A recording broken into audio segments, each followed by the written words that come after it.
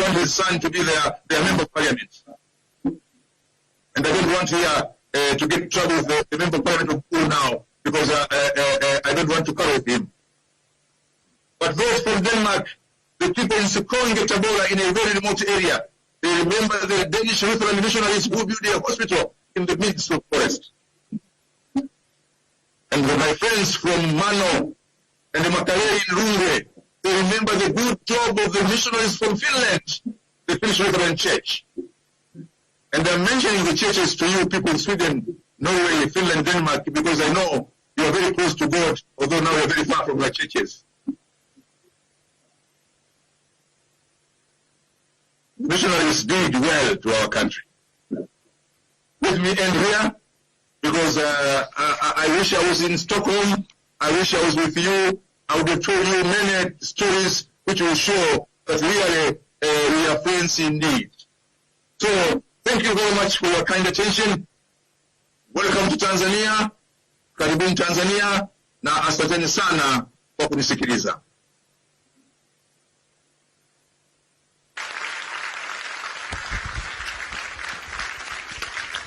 Naam, mpenzi mtazamaji wa TBC, sijui kama waziri anatusikia, lakini naomba tupige makofi tafadhali tena. Funguzi rasmi wa mheshimiwa waziri. Naomba tumpe standing ovation waziri. Moja kwa moja kutoka. Naomba tumpe standing ovation waziri. Na Watanzania wanaoishi katika nchi za Nordic, lakini hapa ni mkutano ambao umewakutanisha Watanzania kutoka nchi zote duniani. Wawakilishi kutoka kona zote za dunia wako hapa. Kuna asanteni sana, asanteni sana. Norway, kutoka Thank you very much. Na katika hotuba ya mheshimiwa waziri ameeleza jinsi ambavyo mazingira ya nyumbani kwa sasa yanavutia na niwezeshaji kwa kuwekeza na wasiwasi wanaporudi. Na Watanzania hapa hawa kama unavyoona wana nafasi nzuri Tanzania.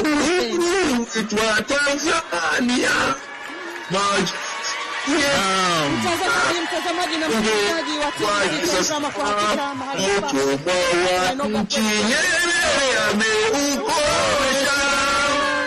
ni vibagizo za nyimbo mbalimbali za Utanzania na uzalendo. Kama unavyofahamu, mambo ya uzalendo katika serikali hii ya awamu ya 5 yako juu kwa. Nashukuru sana, tunashukuru sana Profesa waziri wetu. Kama diaspora naweza kusema tumekusikia, tunakupenda, tumekuelewa na maoni yako. Sasa tunaanza kuyafanyia kazi kwa kasi tofauti. Tunashukuru sana. Tunashukuru sana. Tunashukuru sana. Mshereheshaji wa tukio hili upate kutoka kwake. Let's give it up for Festo, please, for our technician here. He managed to put this thing together.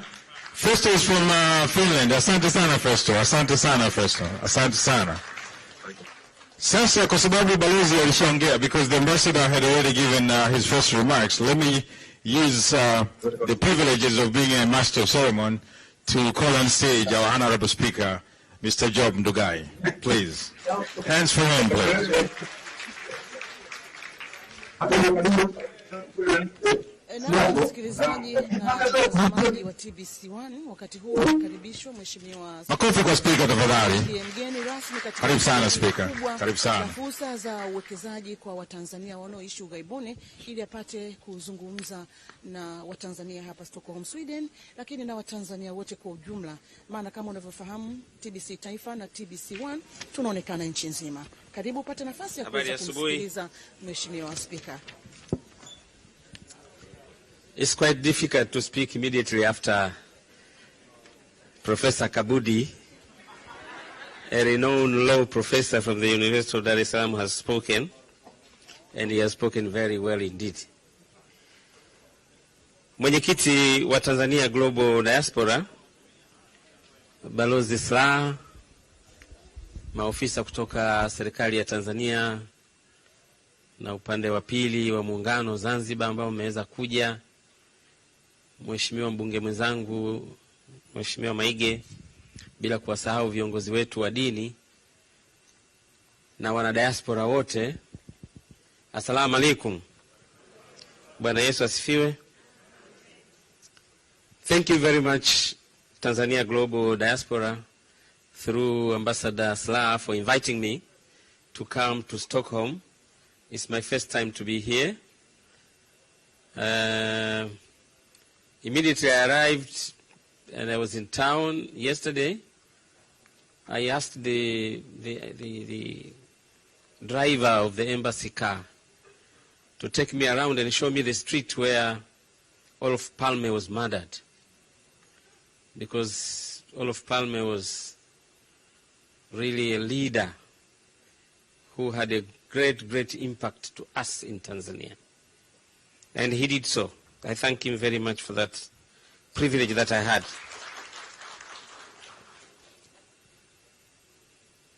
Our foreign minister discussed about some of the support that we have got all along since independence from the Nordic countries. And I'm one of the beneficiaries since I studied at a secondary school that was, and still is, at Kibaha Education Center, Kibaha Secondary School, built by the Nordic governments. But later on, I came to Norway for my master's degree. So in my life, I've also used some taxpayers' money from the Nordic people. We have come to join you, the diaspora group from all over the world, for this big, auspicious event. We look forward to listening very keenly from all the presentations that will take place here. And we hope Dr. Slaa will make sure that everybody who is programmed to speak today here gets that opportunity, even if for 5, 6, 7 minutes. We will appreciate for that. And as for us from the parliamentary part of government, we'll take through all the deliberations to our Foreign Affairs Committee, and through our oversight role to government, we will make sure that the necessary changes that will be recommended here do take place back home.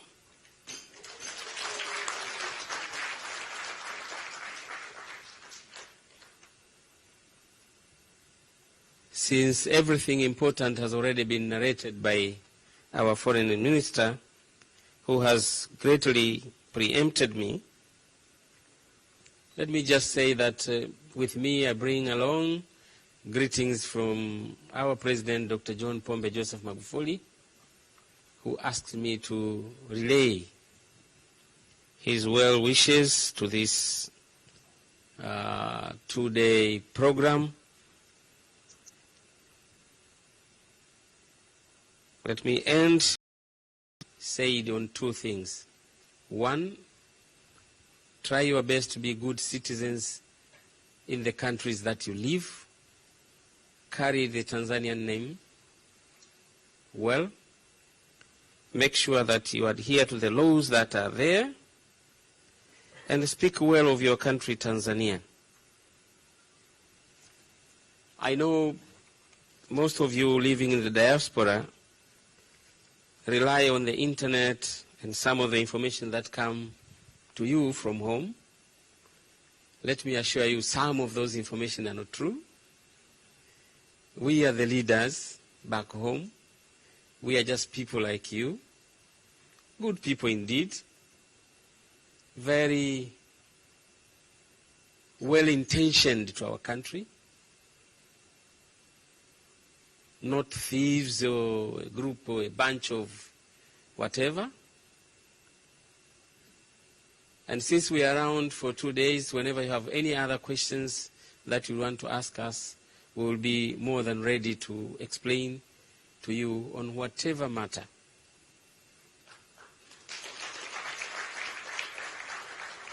Nimalizie kwa kuwatakia kila laheri kwa kikao hiki. Karibuni Dodoma, ndio mji wetu mkuu kwa hivi sasa. Mambo yote Dodoma. Dar es Salaam haijafa, bado ni mji wetu mkuu wa kibiashara. Kama viongozi wa dini walivyosema, tunawatakia kila laheri, tunawaombeeni na nyinyi muendelee kuiombea nchi yenu Tanzania, na muendelee kuipenda nchi yenu Tanzania. Jitahidini sana kututafutia wawekezaji ili nchi yetu iweze kwenda mbele kwa haraka zaidi. Tunaye rais ambaye spidi yake si ya kawaida, na sisi bunge tunajitahidi kumatch spidi ile na kuweza kumzidi ikiwezekana. Kwa hiyo tuna mashindano makubwa, nchi inakwenda mbele, lakini nchi hiyo inayokwenda mbele inahitajia sana uwekezaji na biashara. Asalamu alaikum, na washukuruni sana kwa kunisikiliza. Asanteni sana.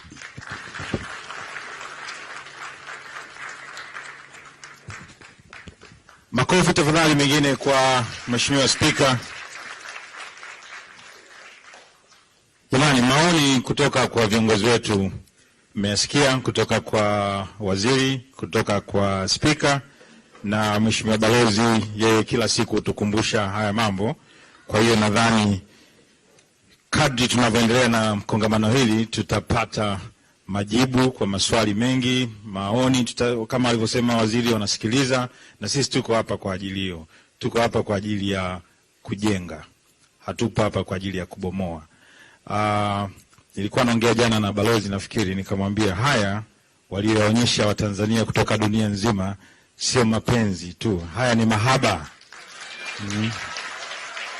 Haya ni mahaba, wamesafiri kutoka sehemu mbalimbali. Now, before I go on, I would like to recognize some of the sponsors who made this thing possible.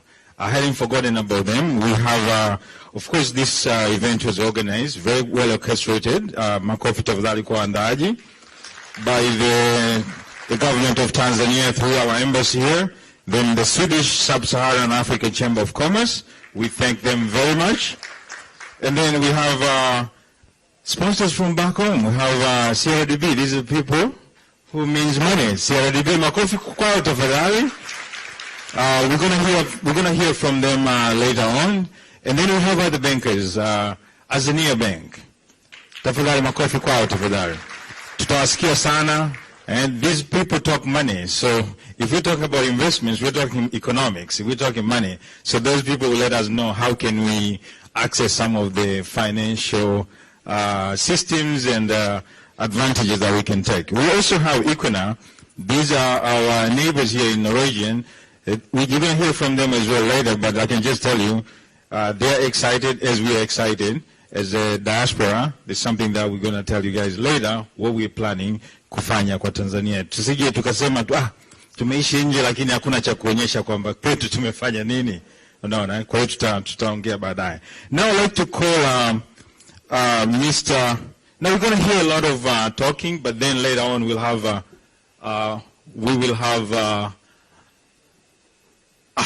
very good. I'm just reminded there that let's get some remarks from His Excellency Ambassador Carlson, who is Africa Department Ministry of Foreign Affairs, Sweden. Kwa hiyo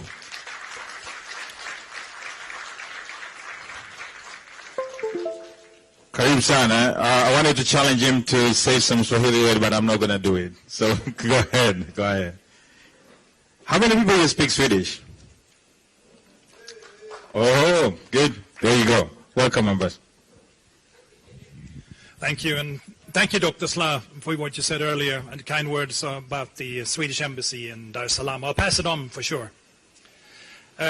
Honorable Speaker, Excellencies, ladies and gentlemen, on behalf of the Ministry for Foreign Affairs, the Africa Department, where I work, I'd like to welcome you not only to this conference, but also to Sweden, because I realize that there's so many of you here that come from outside and perhaps have not ever been in Sweden. Is that correct? Right. And unfortunately, you did not bring the good weather with you.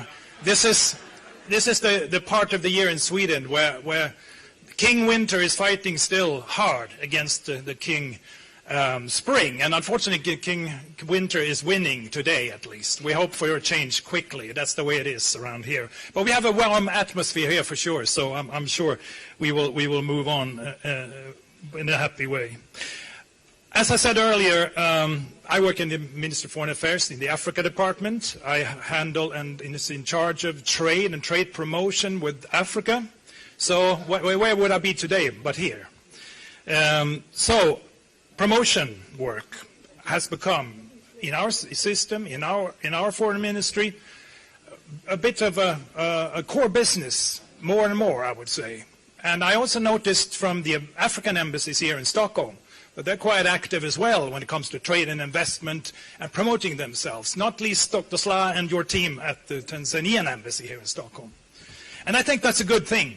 I think we need to work harder on promotion of trade and investments, because we are, I think, and I think many of you here agree with me, we are underperforming. Our trade flows are not the way they should be. And I'm happy to see all of you here trying to do something about that, so we get more investment, more trade between our countries. I think that is some of the outcomes that we can hope for this conference.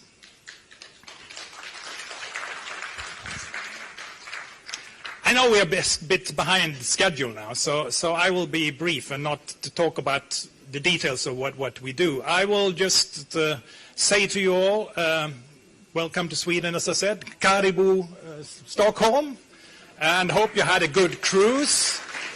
And I hope you have a very fruitful conference and enjoy the opportunities, of course, to talk to each other, because we have the same sort of arrangements in our Ministry of Foreign Affairs. We meet regularly, regionally, and on a regular basis to talk about these things. I think they will serve quite their purpose. So all the best with your conference, and I will hold my peace and say I'm done, and Karibu Stockholm.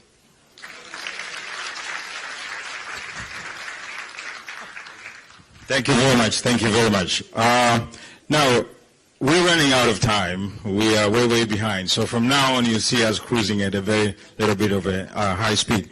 Now, everybody call, just try to make it as short as possible so that we can catch up with the time. There are people who will have to depart later on from the cruise ship, so we want to make sure that they get everything before they leave. Okay, I would like now to call Mr. Aristides Robert Mbwasi. He's the Director, Department of Investment, Policy Coordination, Investment, Prime Minister's Office. Please welcome. Makofi kwake tafadhali. We're good.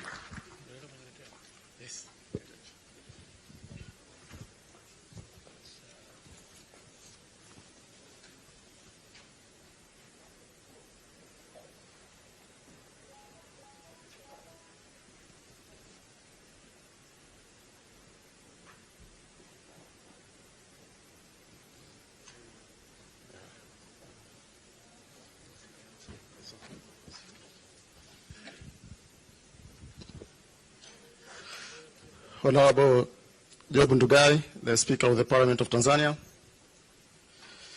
Honorable Dr. Wilbur Slaa, the Ambassador of Tanzania in Sweden. Our religious leaders, Honorable Maige, Member of Parliament. Honorable Salum, the Permanent Secretary, President's Office, Revolutionary Government of Zanzibar. The leaders of the Tanzania Diaspora Council, protocol observed, ladies and gentlemen, good afternoon. Habari za mchana. I see the time is not in our favor, so I will try to go as fast as possible, but I believe we'll get some time to discuss with each other before some of those who will be departing. But for others who will be in the ship, I'll be available so that we can discuss on the way forward. My presentation will be in 6 contents. I'll start with the economic overview of Tanzania, some brief on the investment trends in the recent years, some reasons why you should come and invest in Tanzania, some of the investment opportunities, and what incentives do we offer, and then we'll go to the conclusion. Our country, Tanzania, our interventions are geared at achieving our Vision 2025 that were developed at the end of 1990s, early 2000s, so that by 2025, our country will be a middle-income country, the self-sustaining, semi-industrialized economy. During the implementation by the year 2009-2010, we did some review to see how much are we able to achieve with the main reason to see what are the constraints that can impede reaching our targets, so that we could reposition ourselves strategically to make sure that we attain the 2025 vision. In that way, we formulated 3 5-year development plans. The first one was 2011 to 2015, during the end of the tenure of our former president, Jakaya Kikwete. And that one was with the theme of unleashing Tanzania's latent growth potentials. And during that time, the government was trying to unleash, to the bottleneck, removing the constraints to the growth. And the government was trying hard to do the investment in infrastructure. We have done much on the roads, we have done much on the ports, we have done much on the airports, we have done also in railways, and we are still doing it till now. The second 5-year development plan ranges from 2016 to 2020. This one has been started to be implemented with the current 5th phase government under His Excellency John Pombe Magufuli, with the theme of nurturing industrialization for economic transformation and human development. And the third one will start in the 2021 to 2025, and will focus on realizing competitiveness-led export growth.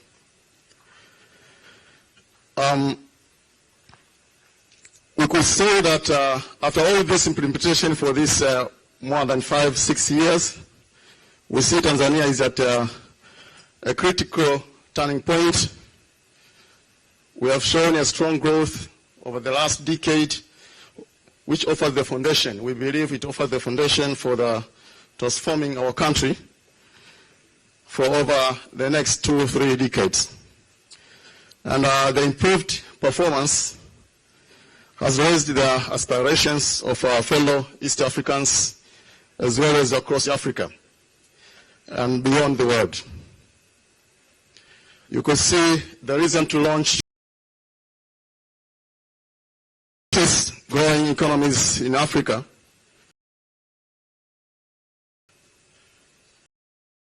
has 4. Tanzania itself, as well as Rwanda. So East Africa is a region to come now. This growth, the improved performance, has also raised the aspirations and a renewed interest of investment in the country.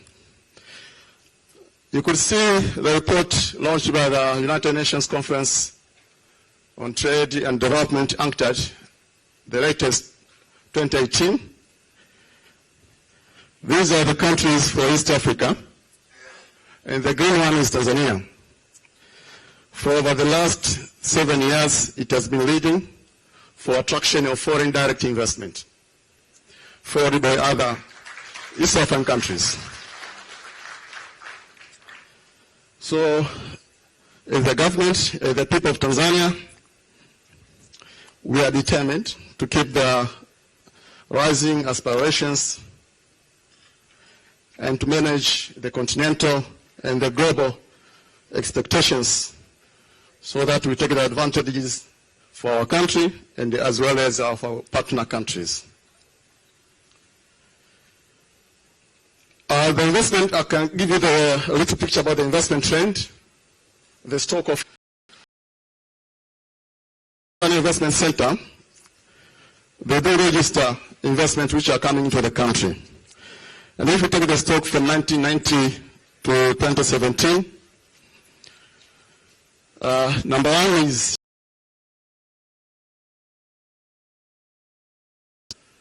congratulations to her. Number two is UK. I had some discussions with some of UK delegates. Congratulations to you. We have also USA. And other countries follow. So if you don't see your country and you are a diaspora, please help us to make a good word for Tanzania, your country. Why should you come to invest in Tanzania? The Minister for Foreign Affairs has described, has explained in depth. Tanzania is a very peaceful and politically stable country.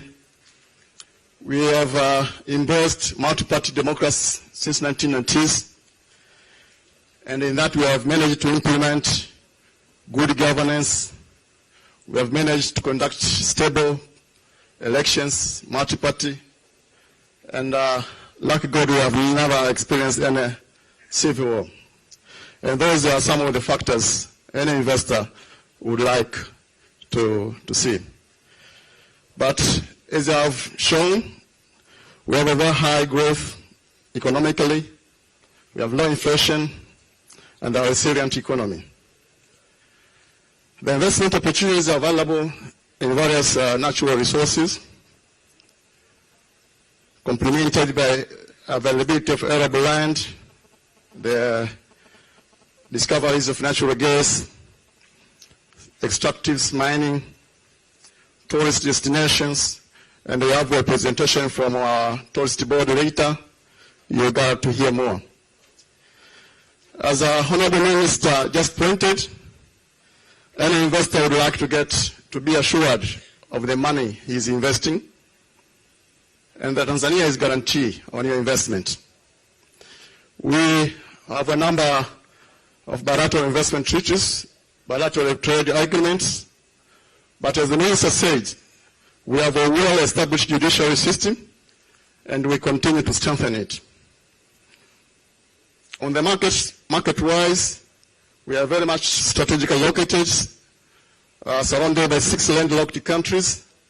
We have 3 major ports and 3 international airports, and through that you can serve East Africa community itself around 162 million people. We have also another community that is SADC, composed of around 450 million market. But we are also now connecting the Southern Africa community, the EAC, as well as the COMESA, to form the TFTA that will involve 650 million people. So the investment opportunities, this is not exclusive list, but as we implement the second 5-year development plan with the theme of industrialization, we do focus to attract investment on those areas, but you can see more in our website, and we can also discuss later. The window you can come in Tanzania through our 3 investment authorities, that is Zanzibar Investment Promotion Authority, ZIPA. They are here. They will have a next presentation. We have our export processing zone, if you are focusing on export-oriented processing, but we also have the main primary agents for promotion of investment, which is Tanzania Investment Center, TIC, located here under the Prime Minister's office. Under TIC, you will get facilitated with all that you need through the one-stop window, starting from the incorporation of your business, getting the work permits, the environmental certification, everything you can get in one window. Yes, we do offer, Tanzania, we do offer incentives. As you can see, it ranges from the capital goods, for the raw materials, for the semi-finished goods, also for the consumer goods, we offer the 25 import duty And last year, we designed special incentives for those who are coming for assembly of motor vehicles, tractors, fishing boats, and outboard engines, as well as manufacture of pharmaceuticals. We have reduced the corporate tax to only 20% for the first 5 years from 30%.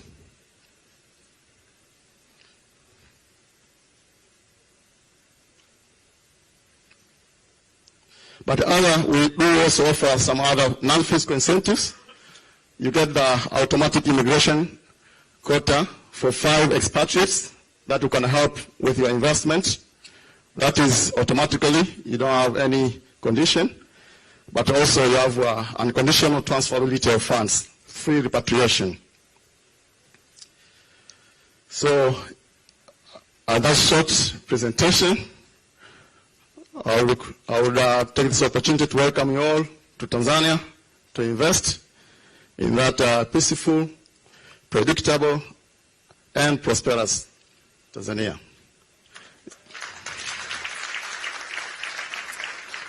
Thank you very much.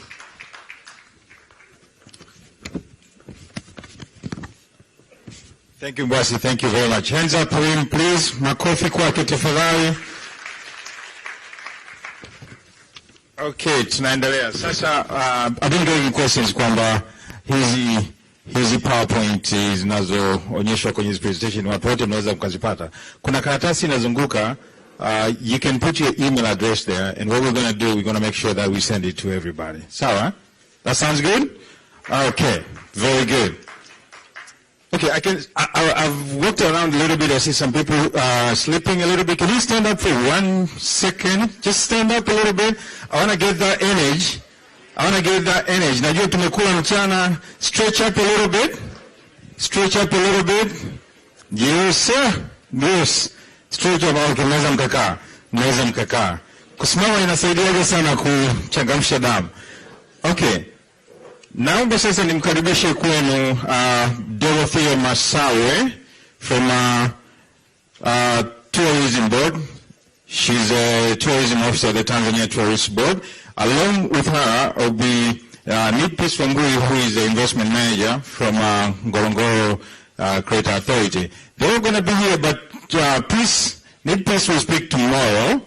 Today we're just going to hear from Dorothy. Let's make it as quick as we can so that we get on time. All right, karibu sana Dorothy.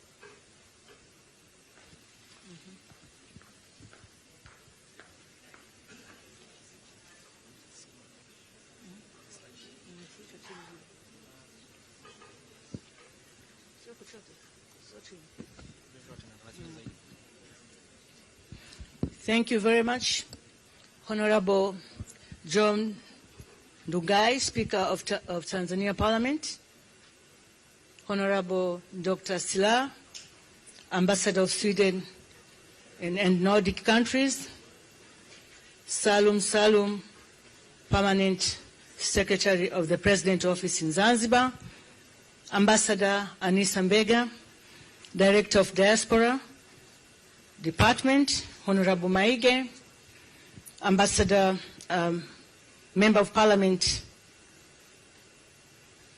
and also I would like to recognize the presence of religion leaders, invited guests, ladies and gentlemen. I'm going to speak about tourism and investment opportunities in Tanzania. This is Tanzania map. Tanzania is rich in all angles, from north to south, east to west. We are rich in natural resources and water as well. Tanzania is in East Africa, the largest country in East Africa, and so far they are estimated to be approximately 56 million people. The national language is Kiswahili. Top 10 United German, Italy, those are traditional markets, as well as France, Netherlands, and Canada. But the the niche markets, India, Israel, and China. Mount Kilimanjaro, you won't find anywhere in the world except Tanzania. The highest mountain in Africa and the highest freestanding mountain in the world. Home of migration, where in Tanzania, that is Serengeti. I will explain about the cycle of migration. You won't believe me, 11 months in Tanzania, just 1 month in our neighbor country. Selous Game Reserve, that is the oldest game reserve in the world and the largest game reserve in Africa with 55,000 square kilometers. Olduvai Gorge, where can you hear about the first human beings? Where that first human beings being? In Ngorongoro crater. You will hear about the Zinjanthropus history as well as the footprints and the skull of human being that being discovered in Ngorongoro crater. Tanzania, we do have 16 national parks in the country and 34 game reserves, 50 game control areas, 2 marine parks, and 1 conservation area.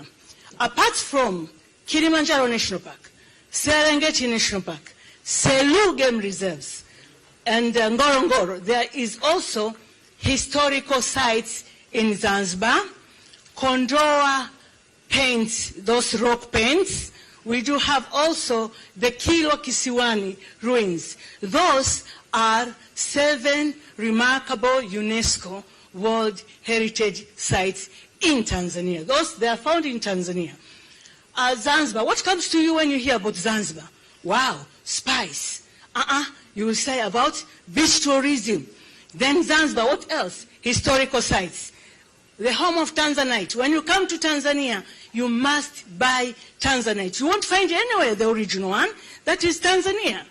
We do have more than 120 ethnic groups. They do have their dialects, but the only country which communicates in one language, it is Tanzania, Kiswahili. Despite the fact, as my colleagues say, Tanzania is a peaceful country. You can't argue on that. And also the good governance. We are so proud of infrastructure now. That tourists can come all over that can be reachable. You can go to tourist attraction throughout the year. You can come to Tanzania with our national career. What else do you want? Just to come. I would like to talk about Southern Circuit. I'm starting with that Southern Circuit because now we are putting more efforts to promote Southern Circuit. There are 4 national parks. Each national park has its uniqueness. If you talk about, say, Selous Game Reserves, as I said, is the largest game reserves. But also Mikumi, you come there for just a day trip.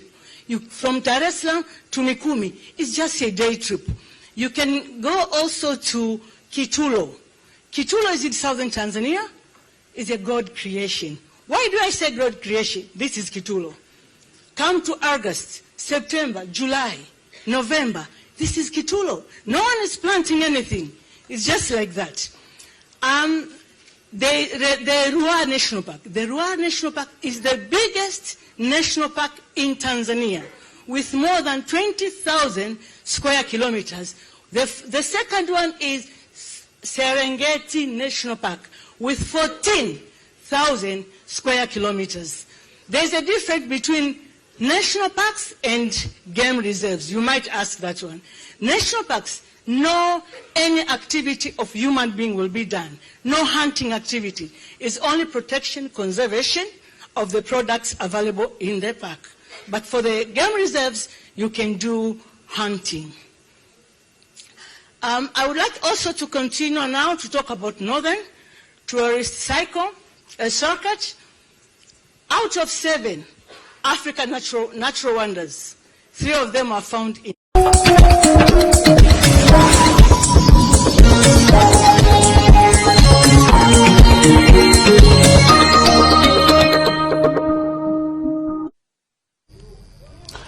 Habari za wakati huu, mtazamaji wa TBC1, kumradhi kwa kukatisha matangazo hayo ya diaspora kutoka huko nchini Sweden. Na sasa tutajiunga na matangazo ya moja kwa moja ya mwendelezo wa ziara ya Mheshimiwa Rais Dr. John Magufuli, ambaye hivi punde tu alikuwa mkoani Ruvuma ambapo ndio amehitimisha ziara yake, na sasa ameingia katika mkoa wa Njombe ambao anaanza ziara yake nyingine rasmi kwa ajili ya kwenda kuzungumza na wananchi, lakini pia atazindua miradi mbalimbali katika mkoa huo. Hivi sasa tutajiunga na wenzetu ambao wako huko kuja kupata matangazo hayo ya moja kwa moja kutoka huko mkoani Njombe.